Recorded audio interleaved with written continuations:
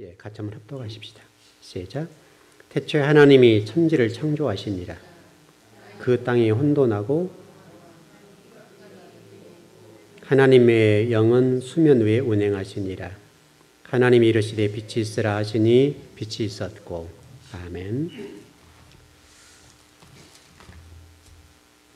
여러분이 오늘 공부할 때에 여러분의 생각들을 오픈해 주셔요. 열어주셔야 된다고요. 열어주셔야 하나님 말씀이 들려오고요. 깨달아질 수가 있습니다. 그 요한계시록을 한마디로 정리하면 어떤 내용이죠? 딱 한마디로 딱 함축해서 요약하면 요한계시록.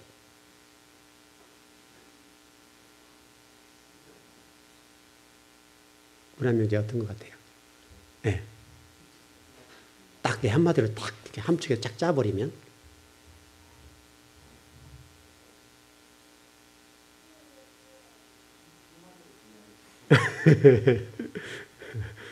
또 다른 분이 혹시 계시록을 한마디로 딱 이렇게 요약해서 우리 약자들끼리 확 짜버리면 뭐가 남거든요. 그게 뭘까요? 우리 권사님 혹시 어려운 질문이죠. 예, 알겠습니다. 여러분이 성경을 이해하고 창세기를 이해하려고 하면 요한계시록을 이해하지 않고는 창세기를 이해할 수가 없어요. 우리 생각하면 안 맞잖아요. 왜냐하면 이 창세기부터 시작해서 요한계시록 결론이잖아요. 근데 요한계시록을 알지 못하면 창세기를 이해 못해요. 좀 설명을 이렇게 드려볼까요? 제가 이제 신학할 때 저는 이제 주로 성경을 많이 읽었잖아요. 다른 학생들은 막 공부하느라고 막 예를 쓰는데 저는 이제 성경 쪽에다 초점을 두고 성경을 엄청나게 읽었잖아요. 밤에 잠 안 자고 읽었는데 그러다 보면 레포트를 제출해야 돼요.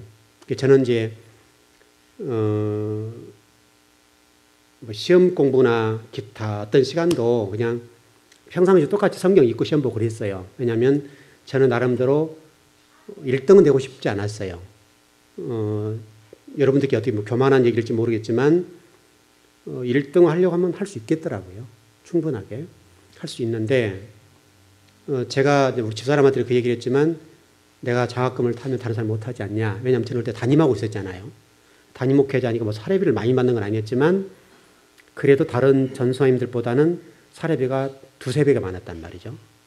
그러니까 일반 뭐 교육전사나 뭐 전임 전사 정도의 사례비에 비하면 2배, 3배 정도 많으니까 물론 뭐 저도 아이가 있고 그렇지만 제가 좀 신앙을 좀 늦게 시작했으니까 그래서 1등하고 싶은 생각은 없더라고요. 그래서 시험 볼 때도 어느 정도만 하면 제가 이제 원했던 점수가 이렇게 나와요. 그러니까 그 선은 떨어지지 말자. 이 정도 선에서 공부를 했는데 그러려고 한다면 레포트를 제출해야 되거든요. 이제 정상적으로 출석을 해야 되고 그 레포트를 제출한다는 건 쉬운 일이 아니에요. 예를 들어서 여기 지금 우리 찬송 하나 있는데 이건 얇은 책이잖아요. 보통 신학 서적들은 이게 2배, 3배가 돼요. 이 두께가. 2배에서 3배 정도 되는 어떤 그 책들을 읽고 레포팅하는 거예요. 요약하고 자기 생각을 써내는 것이 이제 레포트의 주로 핵심이거든요. 그러면 3학점씩 한다고 21학점이면 7과목이잖아요. 7과목이면 예를 들어서 중간고사, 기말고사 해가지고 14번을 써야 돼요. 14권의 책을 레포팅을 해야 돼요. 레포트를 써내야 된다고요. 그러면 이게 3, 4개월만 하는 거잖아요. 근데 한 학기가 한 3, 4개월이니까 3, 4개월 만에 적어도 14권의 책을 써서 제출해 줘야 돼요. 그래야 중간고사 시험, 기말고사 시험 점수가 대충 나와요. 지금도 그렇죠. 지금 대학 그렇게 하죠. 그리고 이제 기말고사, 중간고사 시험을 봐야 점수가 어느 정도, 그래서 뭐 A+, 뭐 A-, A0, B+, B- 이런 식으로 내려간단 말이죠. 그게 쉬운 일이 아니에요. 굉장히 어려워요. 그러니까 다른 사람들은 성경을 읽지 못하는 거예요. 아마 여러분 대학생활 해보신 분들 아시다시피 대학생활 하게 되면 뭐 대학원도 마찬가지지만 레포트 써내기가 쉬운 일이 장난이 아니에요. 또 우리나라 사람이 글을 잘 쓰기가 쉽지 않잖아요. 쉽지 않으니까 뭐 성경 읽는다고 하는 것은 실질적으로 불가능해요.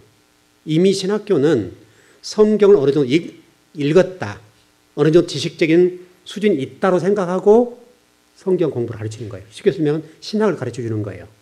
그러니까 이미 성경 기본적으로 다 안다 생각하고 가르쳐 주는 거니까 그걸 안 가르쳐 준단 말이죠.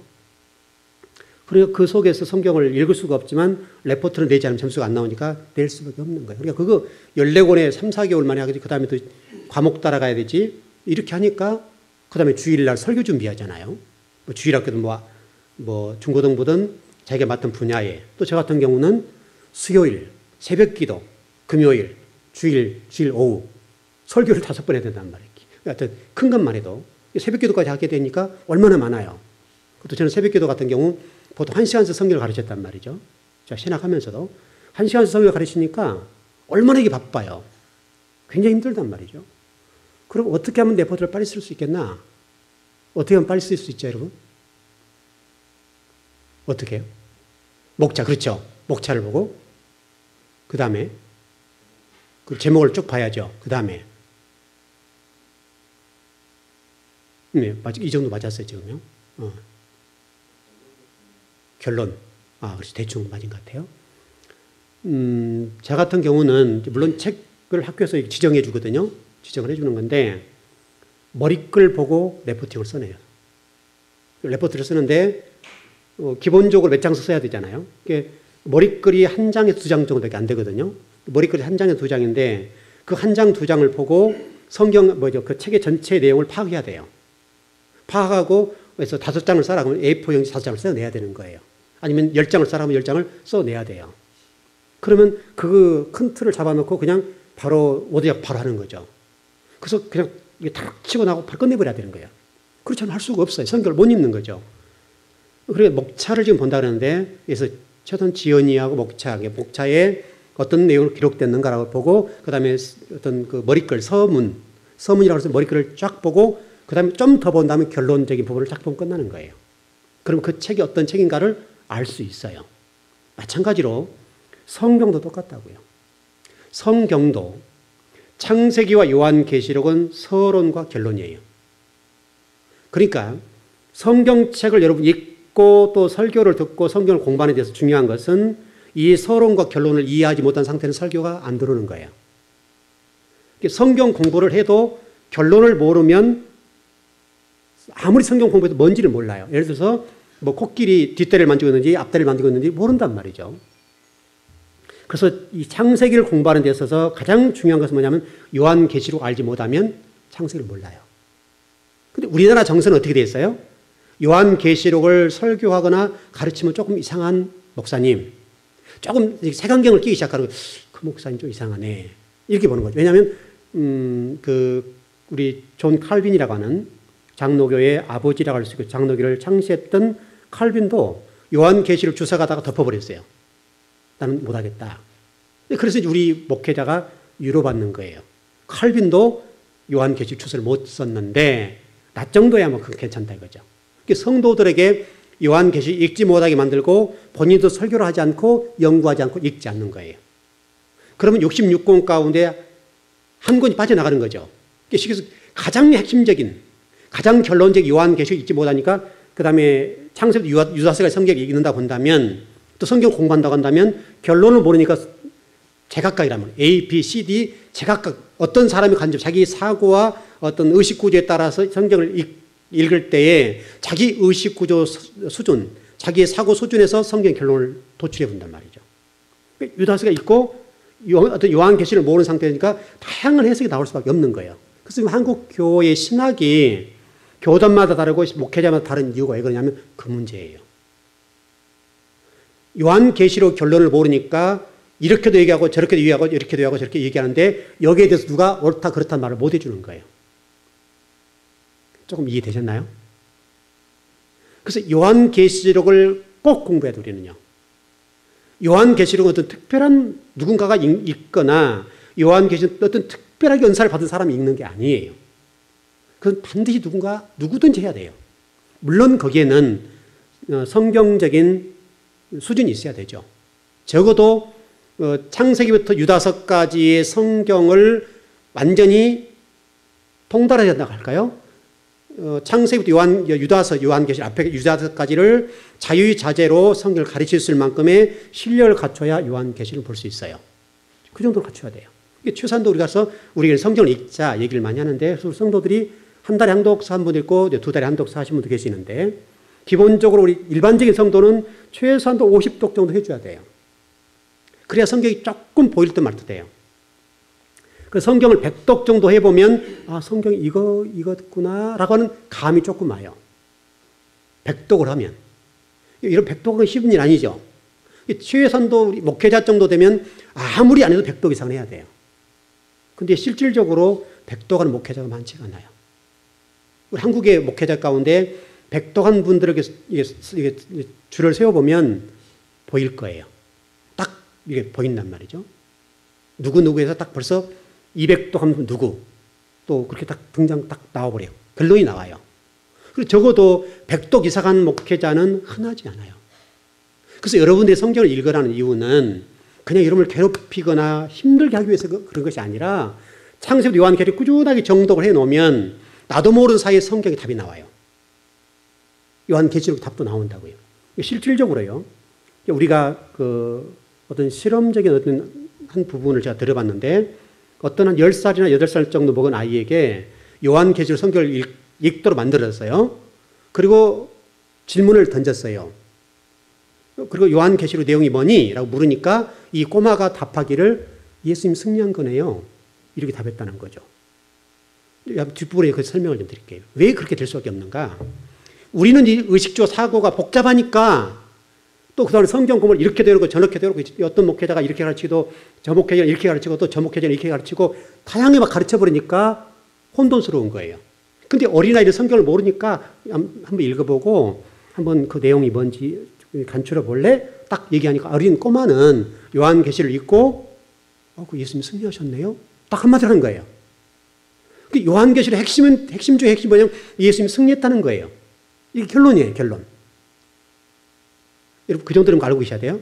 적어도 여러분이 요한계시록을 우리가 한 90번 정도 공부했잖아요. 깊이 공부를 했잖아요. 앞으로 또 공부할 거예요. 요한계시록을 이제 그 주일날 쭉 공부할 건데 아마 구체적으로 좀 더 들어갈 거예요. 더 들어갈 거고, 저녁 여러분 앞으로 듣지 못했던 것도 듣게 될 거예요.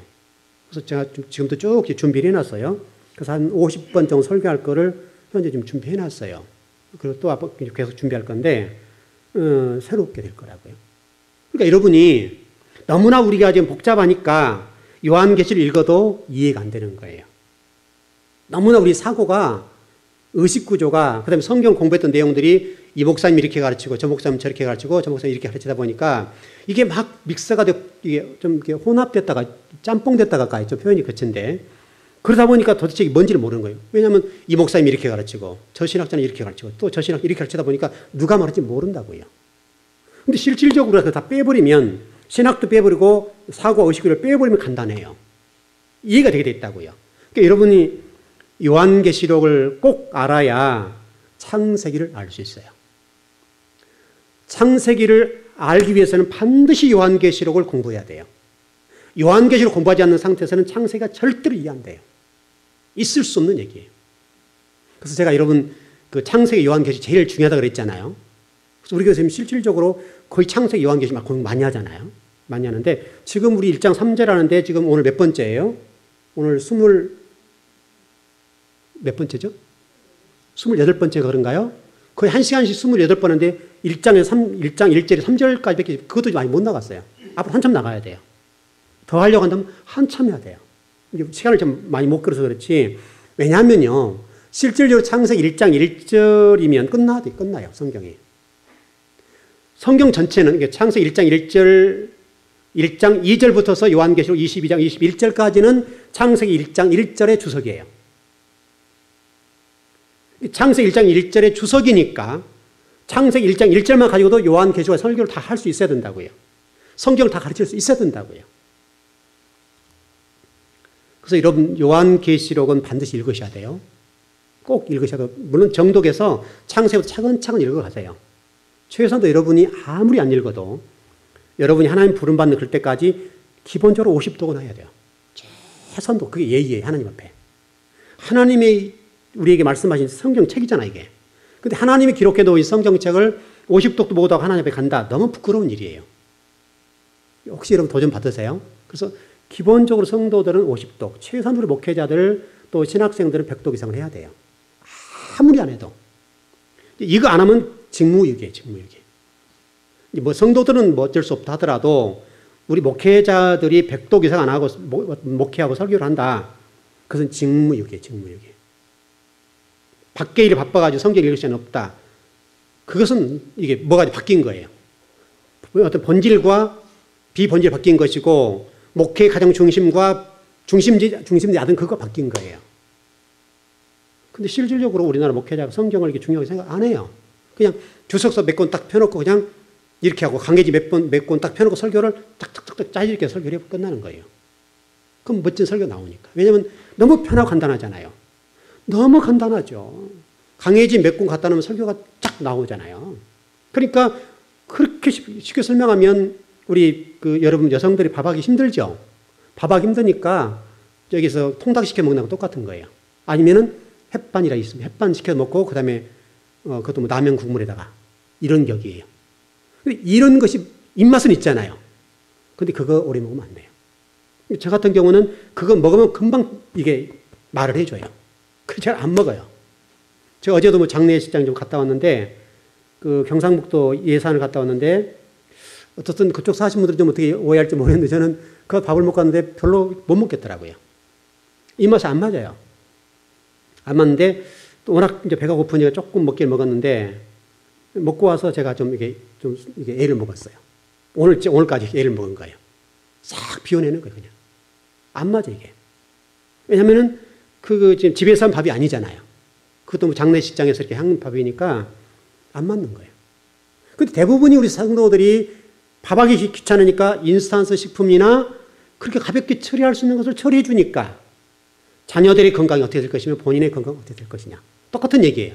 그러니까 목회자들도 똑같고 성도 똑같은데 우리 기본적으로 가장 중요한 목회자라고 본다면 목회자가 가장 힘들지만 좀 설교가 더디고 또 성경을 알아가는 일이 더디지만 가장 중심에 두면 성경을 읽고 공부해야 돼요.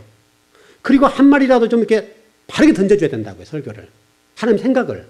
근데 그렇게 하면 힘드니까 강해지 펴놓고 쫙 그다음 주석서 펴놓고 쫙 설교 딱 끝내버리는 거예요. 인산세 식품이잖아요.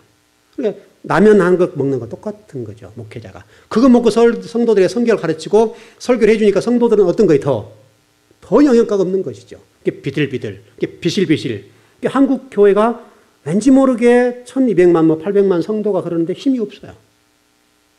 세상 사람부터서 존경을 못 받아요. 그것은 제가 보기로는 목회자들의 잘못이라고 생각해요. 저를 비롯해서. 모든 목회자. 이 오늘 영상을 어떤 목회자들이 본다면 정말 만약 100독을 못하고 설교하고 있다 그러면 회개해야 돼요. 정말로.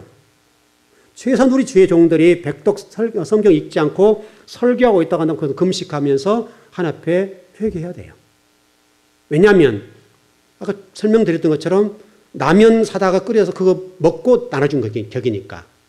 그렇게 하고도 당당하게 설교할 수 있다고 한다면 또 그렇게 하고도 하나님 앞에 떳떳하다고 한다면 그것은 너무나 부끄러운 일이에요.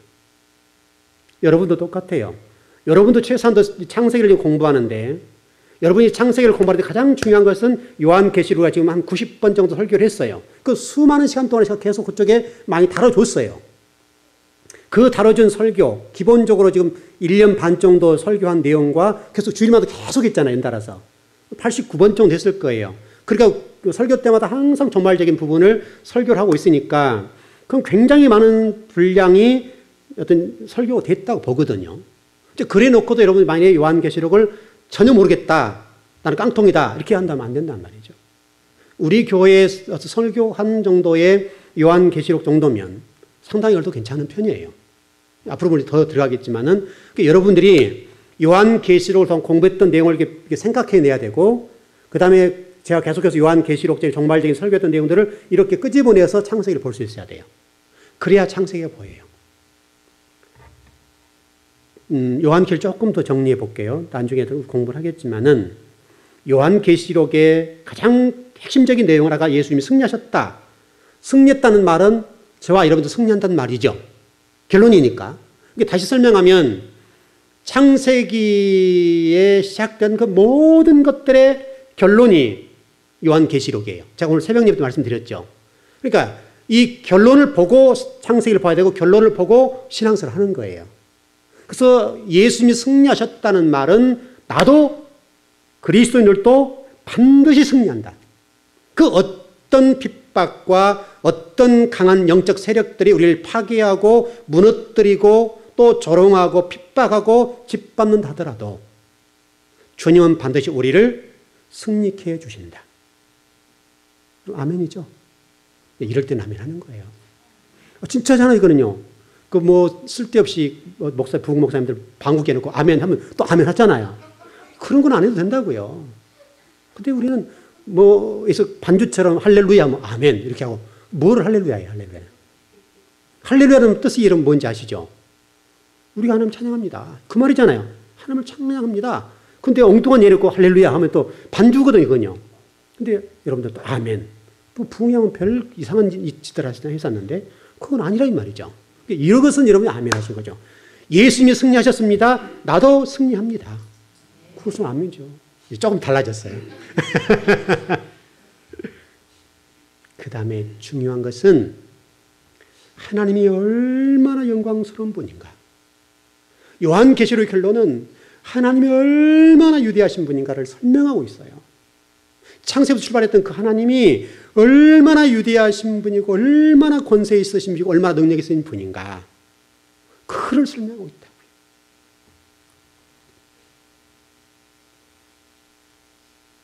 여러분과 저는 그 어떤 공격과 그 어떤 심판이 오고 또 어떤 아픔이 오고 때로는 정말 그리스도를 살아가는 거 힘들고 어려울 수 있지만은 그러나 하나님은 반드시 저와 여러분을 하나님이 원하시는 그 완성의 그림으로 승리케 해주시겠다는 거예요.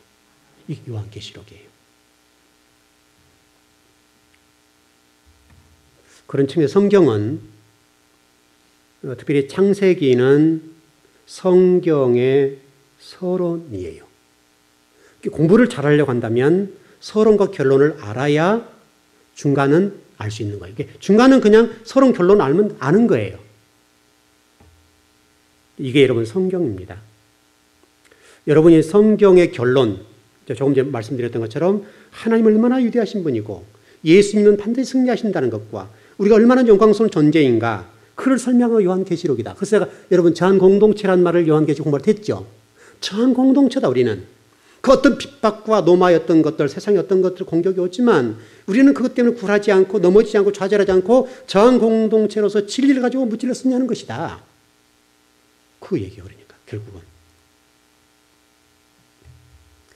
더 중요한 것은요. 이제 어떤 좀 용어적인 부분인데 종말이 구원에 앞선다. 어려운 말이에요. 자, 다시 설명하면 우리는 지금 예수님을 영접하고 구원을 받아서 요한계시록 완성한다. 이렇게 이제 이해하잖아요. 근데 그게 아니라 종말은 구원을 앞선다. 여러분 조금 전에 말씀드렸던 요한계시록 결론이라고 했기 때문에 그거를 이해하면 이해가 돼야 돼요. 요한계시록은 결론이기 때문에 종말이 구원보다 앞선다는 거예요. 좀 정리해 볼까요? 여러분 특별히 창세기나 요한계시록 똑같아요. 창세기부터 요한계시록까지 성경을 이해하려고 한다면 하나님의 천지창조 전 상태, 그러니까 이거를 시간이 이 땅에 주어지기 전 상태, 그 상태에서 하나님이 영원 전에 이미 창세와 요한계시록을 정리해 놓으시고 출발한 거죠. 다시 설명하면 창세기보다도 먼저 요한계시록을 정리해 놓으시고 창세를 출발하는 거예요. 결론적인 부분을 정리해 놓으시고 창세기부터 천지창조를 출발해서 가는 거예요. 여러분 정리되시나요? 이해되시나요? 하나님이 이 우주 만물의 어떤 그 창조하실 때 또 계획하시고 우리 장로께서는 예정하셨다 그러는데 모든 것들을 창세 전에 예정하실 때 또는 뭔가를 계획하실 때 계획이 요한계시록의 결론의 계획을 가지고 창세기를 써 나간다는 거예요. 이렇게.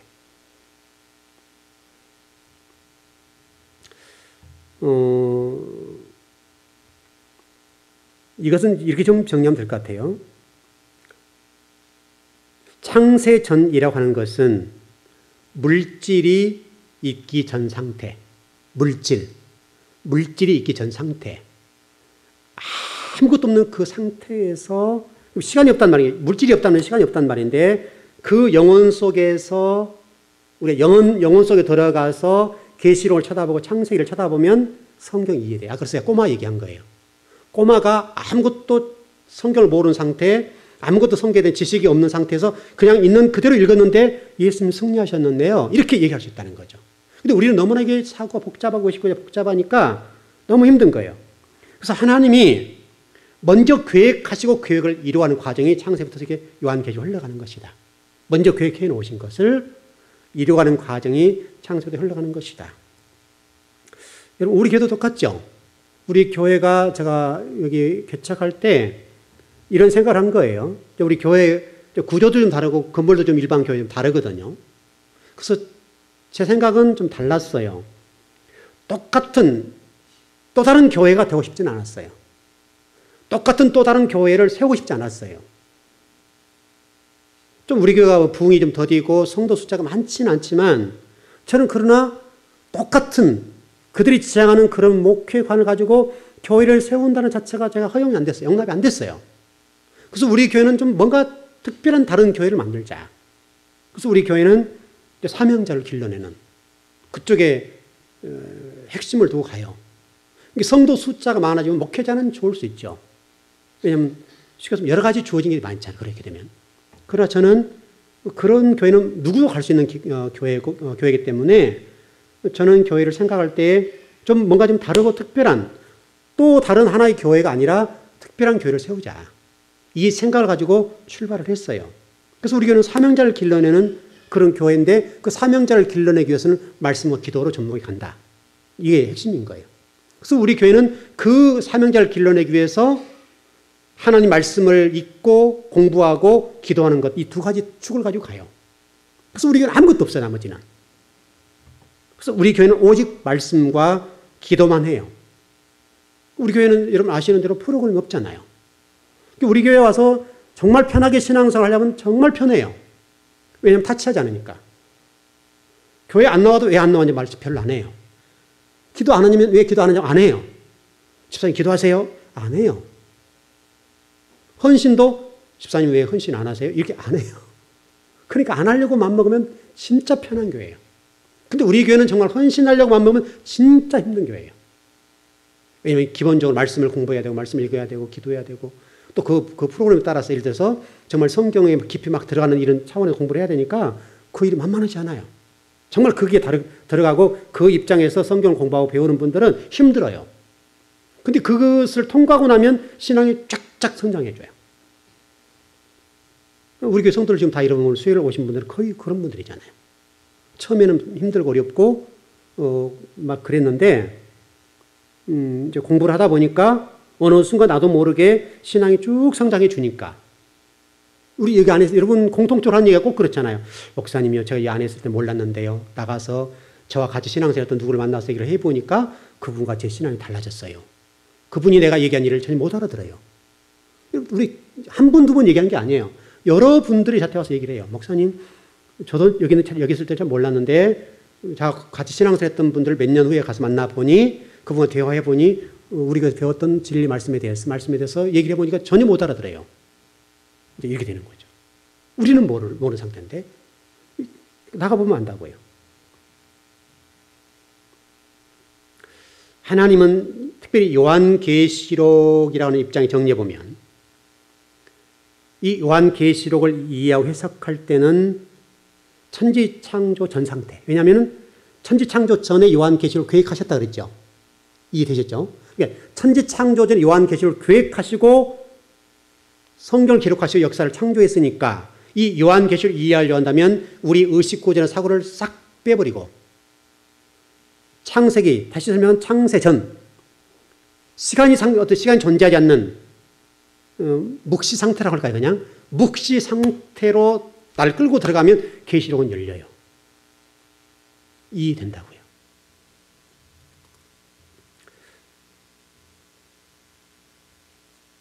하나님이 이 이런 묵시란 말 이해하셨죠?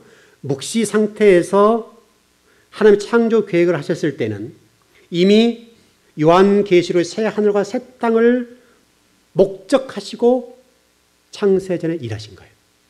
새 하늘과 새 땅을 계획하시고 일하셨다. 어떤 목적을 두고 계획하셨다. 목적. 자, 우리 교회 얘기했어요. 우리 교회를 이렇게 세우자. 똑같은 교회가 아니라 어떤 좀 특별한, 뭔가 좀 다른, 그래서 우리 교회의 구조 자체가 달라요. 건물 자체도. 그래서 모든 분들이 얘기해요. 목사님 교회는 뭐가 좀 다르네요. 지나가는 사람마다 그래요. 목사님 교회는 조금 일반 교회 좀 달라요. 또 목회 스타일도 다르고. 다를 수밖에 없는 것이 우리는 다르자고 얘기했으니까. A나 B, C는 똑같이 갈 수 있지만 다르기는 쉽지 않잖아요. 우리 가자. 그런 얘기죠. 그렇지만 조금 전에 말씀드렸던 것처럼 종말이 창조나 구원을 앞서요.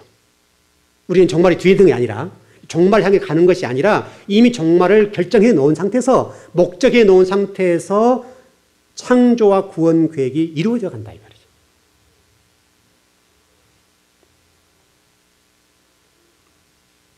하나님은 계획 없이 일하신 것이 없어요. 계획 없이. 저도 하루에 공부할 때 하루에 공부에 양이 있어요. 이 정도까지 해야 제가 양이 차요. 그걸 못하면 왠지 모르게 하나님께 죄송스러워요. 너무나 죄송스러운 거예요. 그러니까 제가 우리 식구들이 다 있잖아요. 예배 드리고 있으니까 제가 밥 먹는 시간하고 잠깐 운동하는 단 5분 이 정도 시간이거든요.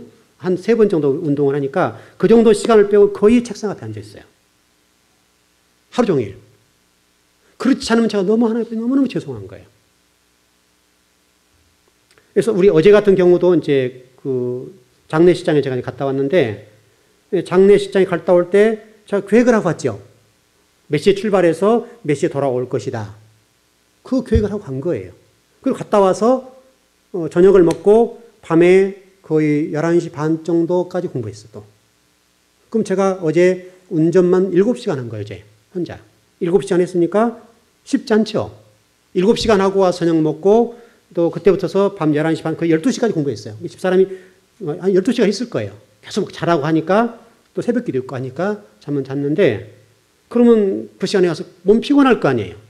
피곤할 것이지만 다시 제게 돌아오지 않는 시간이기 때문에 너무너무 시간이 아까워서 그 시간 동안에 공부를 준비하기 위해서 여러 가지 준비를 한 거예요. 그 준비한 시간이 거의 12시간 했어요. 하루 종일 저희 어떤 시간을 생각할 때 허비하지 않고 항상 어떤 계획 속에서 움직인 것처럼 하나님도 천지 창조 전에 요한계시록을 계획하시고 목적해 놓으시고 천지 창조 시작하신 거예요.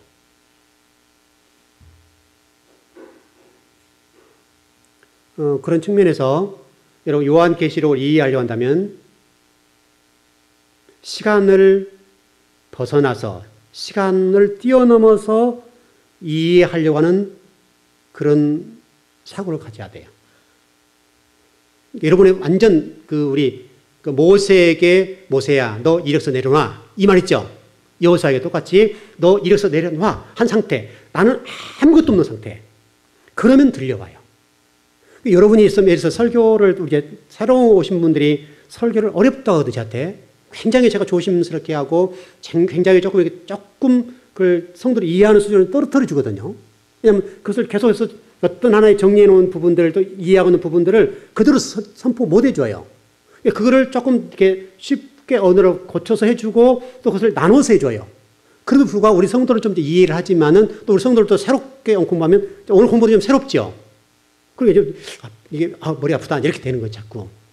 근데 새로운 성도들이 우리 교회 오면 이 교회 목사님하고 신앙생활 때 큰일 나겠네. 이렇게 하고 가버려요. 왜냐면 설교가 어려우니까. 사실 우리 굉장히 쉽게 하는 거죠. 굉장히 쉬운 수준을 낮춰서 하는 건데도 불구하고 다른 교회에서 예배를 했던 분들은 우리가 설교를 들어보면 너무 어렵고 저 목사님이 신앙을 못하겠다 가버리는 거죠.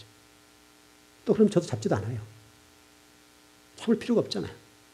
우리 교회 하나님이 지금까지 우리 교회를 세울 때 딱 지명해 부른 영혼들이 있어요. 지명해서 부른 영혼들을 하나님이 뽑아서 일을 하시기 때문에 그 영혼들이 누군가를 저는 보는 것 뿐이에요. 그래서 그 영혼들은 좀 적극적으로 제가 신앙을 하도록 해요. 그래서 우리 교회에서는 등록 카드를 잘 안 밀잖아요. 우리 교회에서는 등록 카드를 잘 안 내밀어요. 그래서 우리 장로님이라고 선교사님이 등록할 때 꼭 저한테 물어봐요. 목사님 등록할까요? 말까요? 물어본다고요. 그럼 제가 이것을 이렇게 영적으로 보고 있으니까 저분은 갈 거예요. 이제 그러거든요. 아, 저분은 남겠네요. 그러면 거의 90% 이상 맞아요.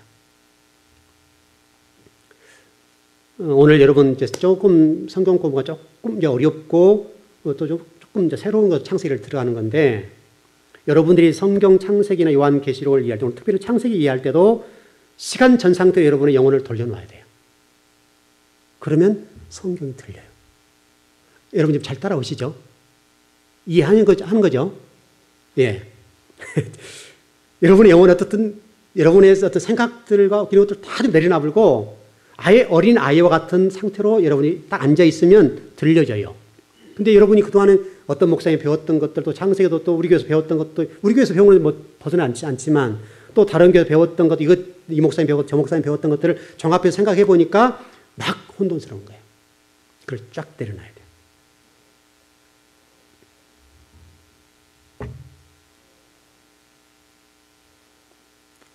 돼요. 그래서 여러분 요한계시록을 많이 읽으십시오. 많이 읽으십시오. 좀 뒷부분에 그것을 설명을 좀 드릴 거예요.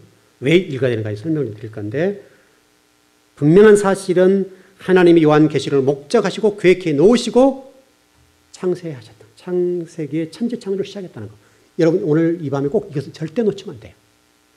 요한계시록 결론을 이미 하나님 가지고 천지창조를 출발했다는 거. 이 하나는 절대로 잊으면 안 돼요. 오늘 핵심이니까. 이거 놓치면 오늘 공부는 끝나는 거예요.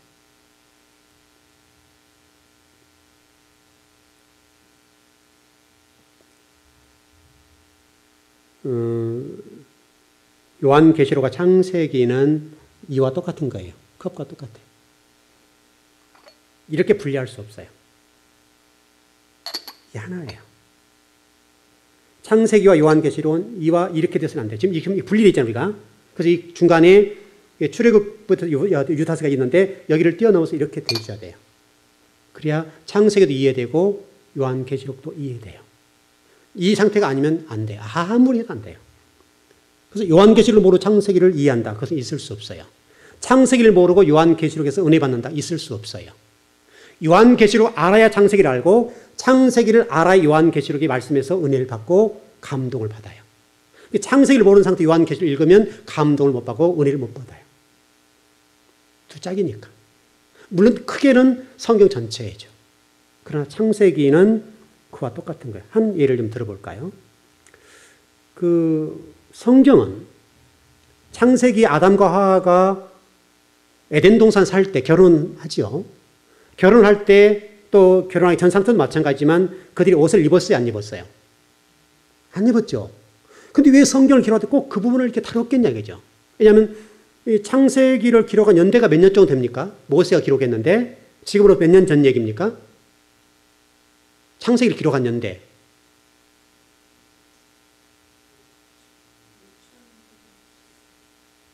6,000년은 천지창조 출발이고요. 모세가 기록하는 모세의 출생과 관련돼 있잖아요. 출애굽 그 과정이니까. 그럼 지금으로부터 최소한도 3,500년 전 얘기예요. 최소한 BC 1,500년대에 모세가 태어났다고 보거든요. 그러니까 여러분 그 출애굽기 과정을 보면 출애굽하는 과정에서 그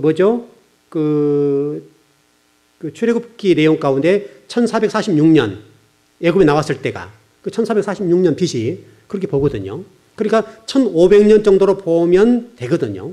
1500년을 본다고 한다면 지금으로부터 3500년 전에 성경에 기록된 거예요. 문서적으로.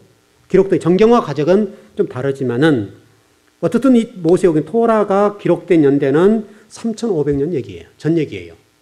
바로 그때 지금 이 창세기가 기록되는데 모세가 창세기를 기록하면서 그거는 이미 옷을 입을 때잖아요. 옷을 입었을 때인데 하나님께서 성령님을 통해서 이 창세기 아담과 하와를 기록할 때에 꼭 벌거서 벗었다는 말을 꼭 했단 말이죠. 그걸 안 해도 되잖아요. 왜냐하면 그 당시에 3,500년 전 얘기면 옷을 입고 살았던 때란 말이죠. 그 당시에는 옷을 벗었다 이런 말을 할 필요가 없는 거예요, 원래. 그래 불구하고 성령님께서 모세로 하여금 아담과 하와가 에덴 동산에서 결혼할 때 벌거벗었더라 이렇게 했다 이 말이죠. 그럼 왜 그렇겠냐, 이게 왜 그렇겠냐. 이거는 요한계시록에 결론이 있다 그랬죠. 벌거벗었더라. 아담과 하와가 벌거벗었더라. 그래서 요한계시록에 쭉 넘어가 보면 의의 흰옷을 입는 하나님의 백성들의 얘기들이 나와요, 안 나와요? 세마포 이게 나오죠, 세마포. 그래서 요한계시록 19장에서 세마포가 중요하다는 얘기를 제가 계속 했죠, 여러분에게. 그러니까 벌거벗었던 아담과 하와가 요한계시록에서 의의 옷을 입는, 성도들의 옳은 행실을 통해서 입는 이 세마포, 의의 옷, 이것과 이게 쫙 연결됐다고. 그러니까 결론, 여기서 출발. 이해되셨죠? 마치 에덴 동산에서는 벌거벗었던 그 영혼이 요한계시록에 넘어와서 옷을 입는 상태. 의의 옷. 그것을 설명하고 있다. 이것이 여러분 성경이에요. 이게 성경책이라고. 그래서 모든 서론은, 우리 창세기의 모든 서론은 결론을 힌트하고 있어요. 결론에 대해서 이렇게 될 것이라고, 어떻게 될 것이라고 하는 힌트해 주고 있다고요. 그래서 아담과 하와가 벌거벗었더라. 그래서 요한계시록은 의의 옷을 입는, 그리고 백성의 모습. 그래서 계시록에서 완성되는 모습. 교회가 완성된다. 교회가 완성된다는 말은 중요하죠. 여러분, 교회라고 하는 두 교회가 있죠. 어떤 교회가 있습니까? 우리 아마 많이 배웠을 거예요. 장로님 배우셨죠? 어떤 교회죠? 그렇죠. 그 보이는 교회, 무형과 유형교회. 그럼 보이는 교회, 보이지 않는 교회는 어떤 교회죠? 네. 성도들. 그 상당히 맞았어요. 보이는 교회는 예배드리는 모든 사람들. 건물을 얘기하는 게 아니고요. 예배드리는 성도를 얘기하는 거예요. 보이지 않는 성도는 누구겠어요? 교회 안의 성도. 교인과 신자와 성도는 보이는 교회죠. 보이지 않는 교회는 교인, 신자 빼고 성도만의 공동체. 이걸 보이지 않는 교회라고 해요. 그래서 무형교회. 이걸 그렇게 얘기해요. 그러니까 여러분이 요한계시록 의의 옷을 입으려고 한다면 보이는 교회의 상태가 아니라 보이지 않는 교회의 상태의 수준으로 이르렀어요. 다시 설명하면 우리가 천사를 통해서 인을 친다 이런 얘기 했었죠. 그랬던 그 영혼들만 모아놓은 것이 보이지 않는 교회예요. 그래서 그 영혼들에게 의의 옷을 입혀주겠다. 그 말이에요, 지금. 이게 창세기 서론을 가지고 결론을 설명하는 거예요. 좀 구체 찾아볼까요?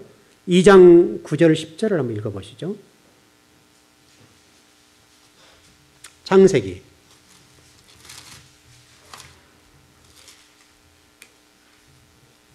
2장 9절에서 10절까지 읽어보시죠. 자, 그럼 시작.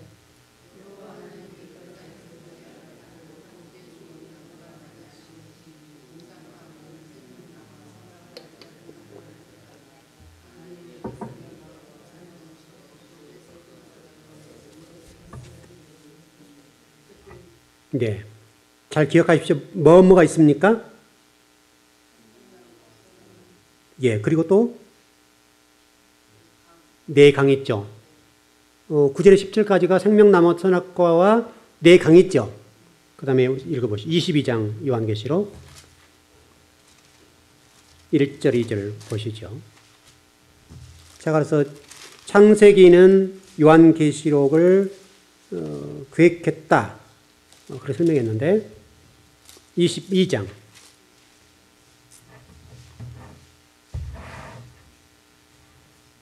네, 22장 1절 2절 시작.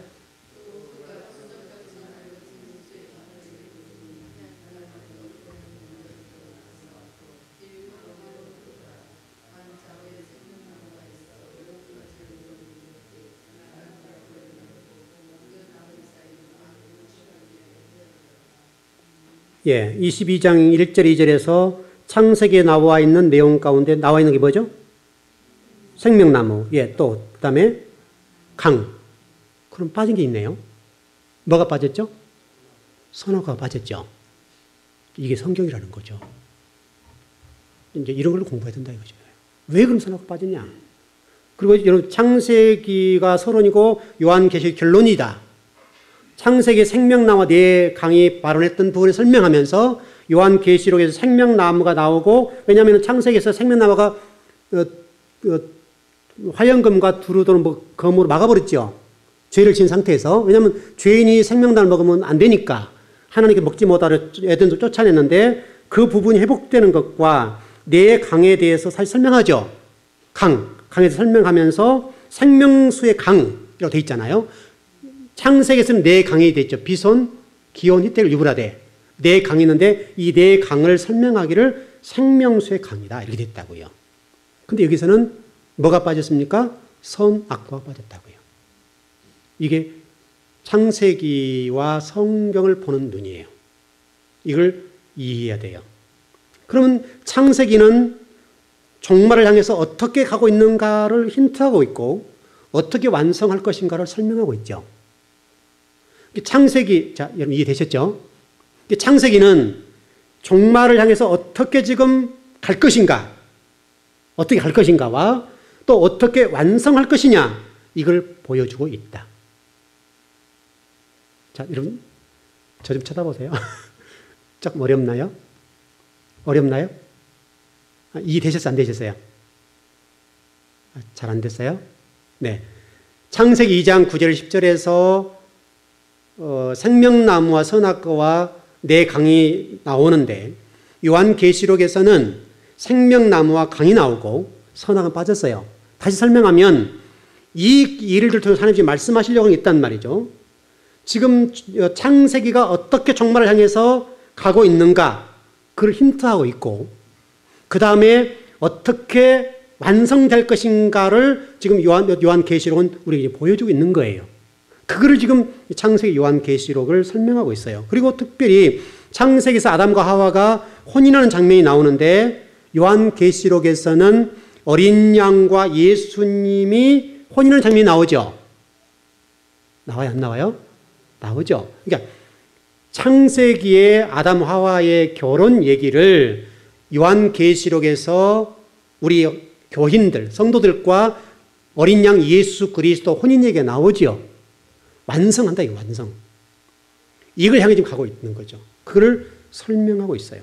특별히 창세기 2장 22절, 25절에 보면, 한번 시간이 어쩔 모르겠는데, 예, 한번 그냥 보시죠. 시간이 되는 대로 해서 보시죠. 22절에서 25절, 2장 22절, 25절. 한 번이라 읽어보는 게 좀 도움이 되니까요. 예, 시작.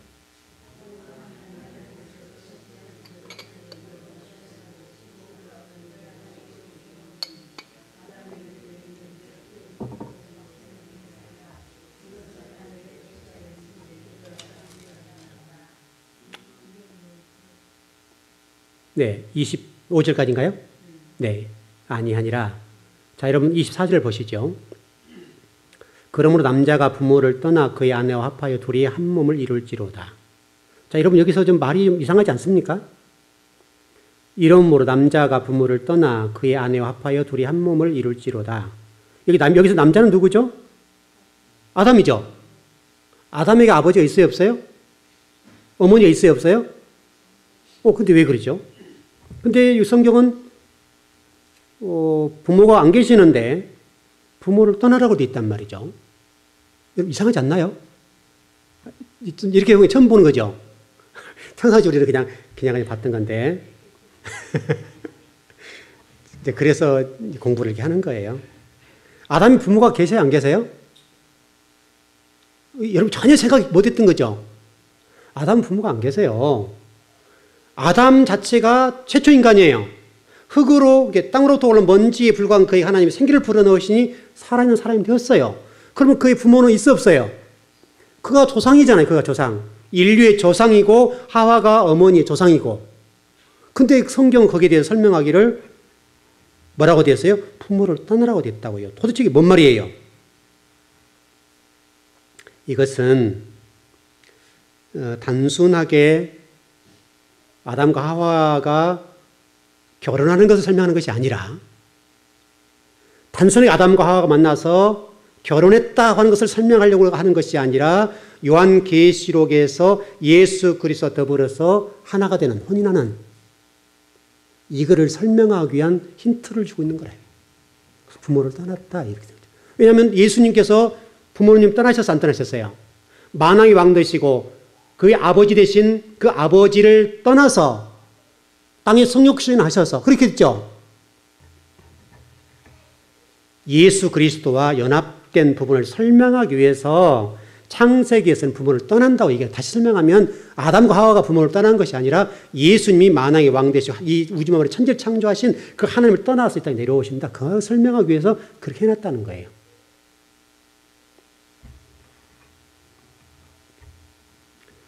그래서 창세기는 요한계시록의 이런 아주 해석에 관련되어서 아주 중요한 힌트를 던져주고 있어요. 혼인잔치, 예수 그리스도 어린 양의 혼인잔치를 통해서 예수 그리스도와 우리 교인, 성도가 혼인하는 것, 이것을 힌트하고 그것을 이미 정해놓으신 거예요.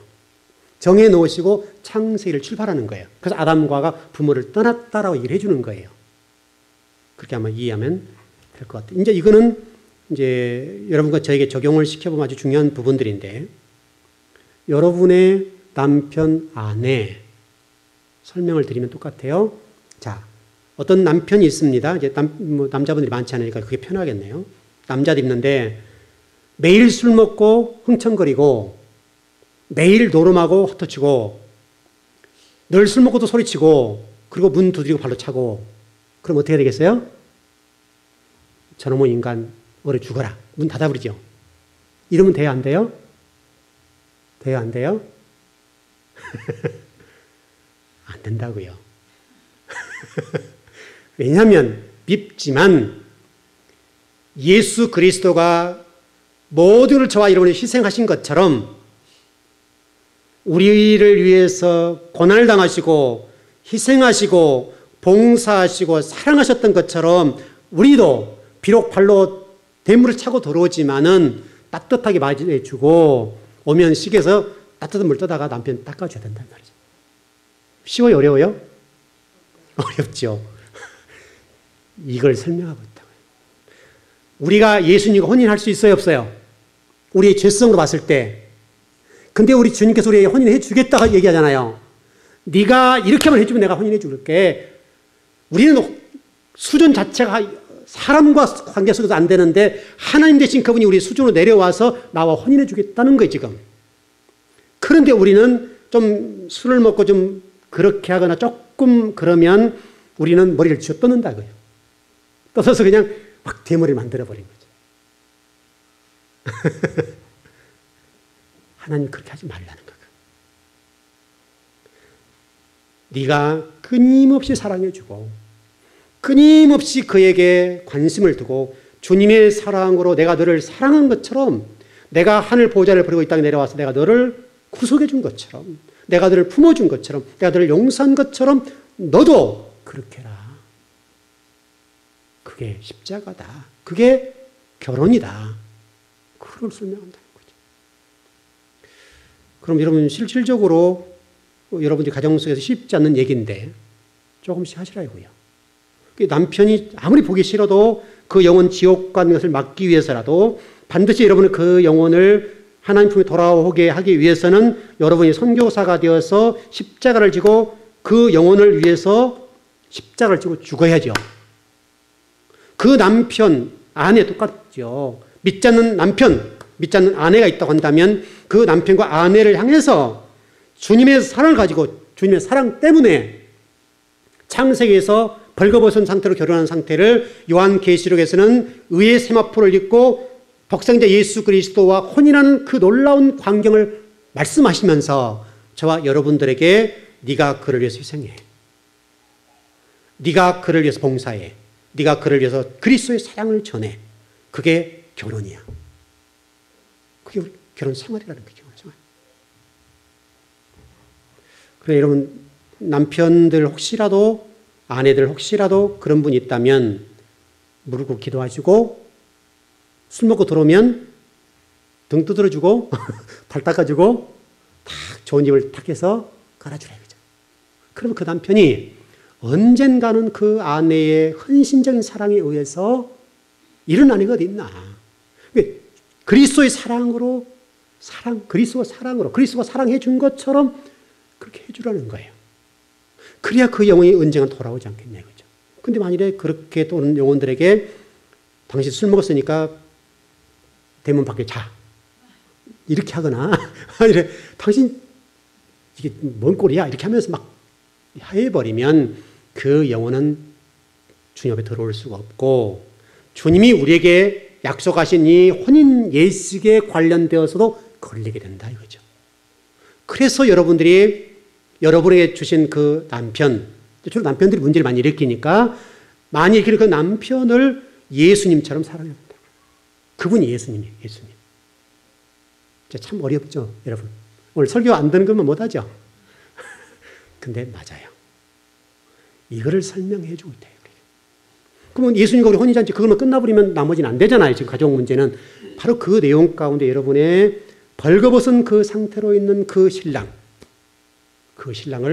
옷을 입혀줘서 의의 옷을 입혀줘서 얘기해주고 이렇게 따뜻하게 해주고 그 남편을 또 나와서 험담하지 말고 흉보지 말고 이해되셨죠?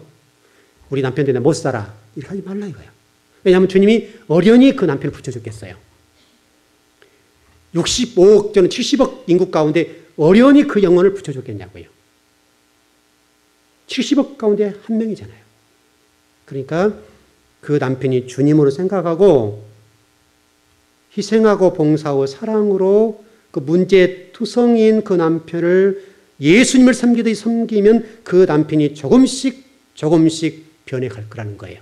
그 변해가는 과정을 통해서 복음이 어떻게 이루어지는가를 경험하라는 거예요. 이게 복음이에요, 복음. 예수를 믿으십시오. 이게 복음이 아니라 그것도 복음이지만은 여러분들이 여러분의 남편을 사랑해서 정말 따뜻한 것으로 여러분 그 영혼을 감싸주고 그러면서 그 남편이 우리 아내만은 아내 없어. 그래도 예수 믿으니까 나 같은 사람 보고 있지 하면서 감동하고 조금씩 좀 변해가고 그걸 변해가는 걸 경험해 보면서 그 안에 복음을 경험해 보라는 거예요. 여기까지 보죠. 더 가면 한참 갈 것 같으니까 결론을 정리해 보겠습니다. 여러분 가정이 복음을 경험하는 교회이길 바랍니다. 여러분 두 사람 있는 것이 교회죠. 건물 교회가 아니라 부부와 자식과 믿는 사람 둘이 모이면 그것이 교회입니다. 그러니까 여러분의 가정이 교회라고요. 교회이기 때문에 그 교회 안에서 희생, 봉사, 사랑을 통해서 남편을 따뜻하게 사랑해주고 끝까지 용서하고 끝까지 사랑해 주어서 그 남편으로 예수 그리스도를 온전하게 믿고 그 남편을 위해서 복음을 체험할 수 있도록 하라는 것이 창세기 벌거벗은 것과 요한계시록 의의 옷을 입고 세마포를 입고 예수님 어린 양의 혼인잔치에 같이 들어가는 그 복이다. 그게 복음이다. 여러분 가정 속에 그런 놀라운 복이 있길 바랍니다. 여러분 가정 속에 그 남편들이 여러분 때문에 예수님 믿고 구원받았다고 자랑하고 많은 사람들에게 여러분을 자랑하는 그날.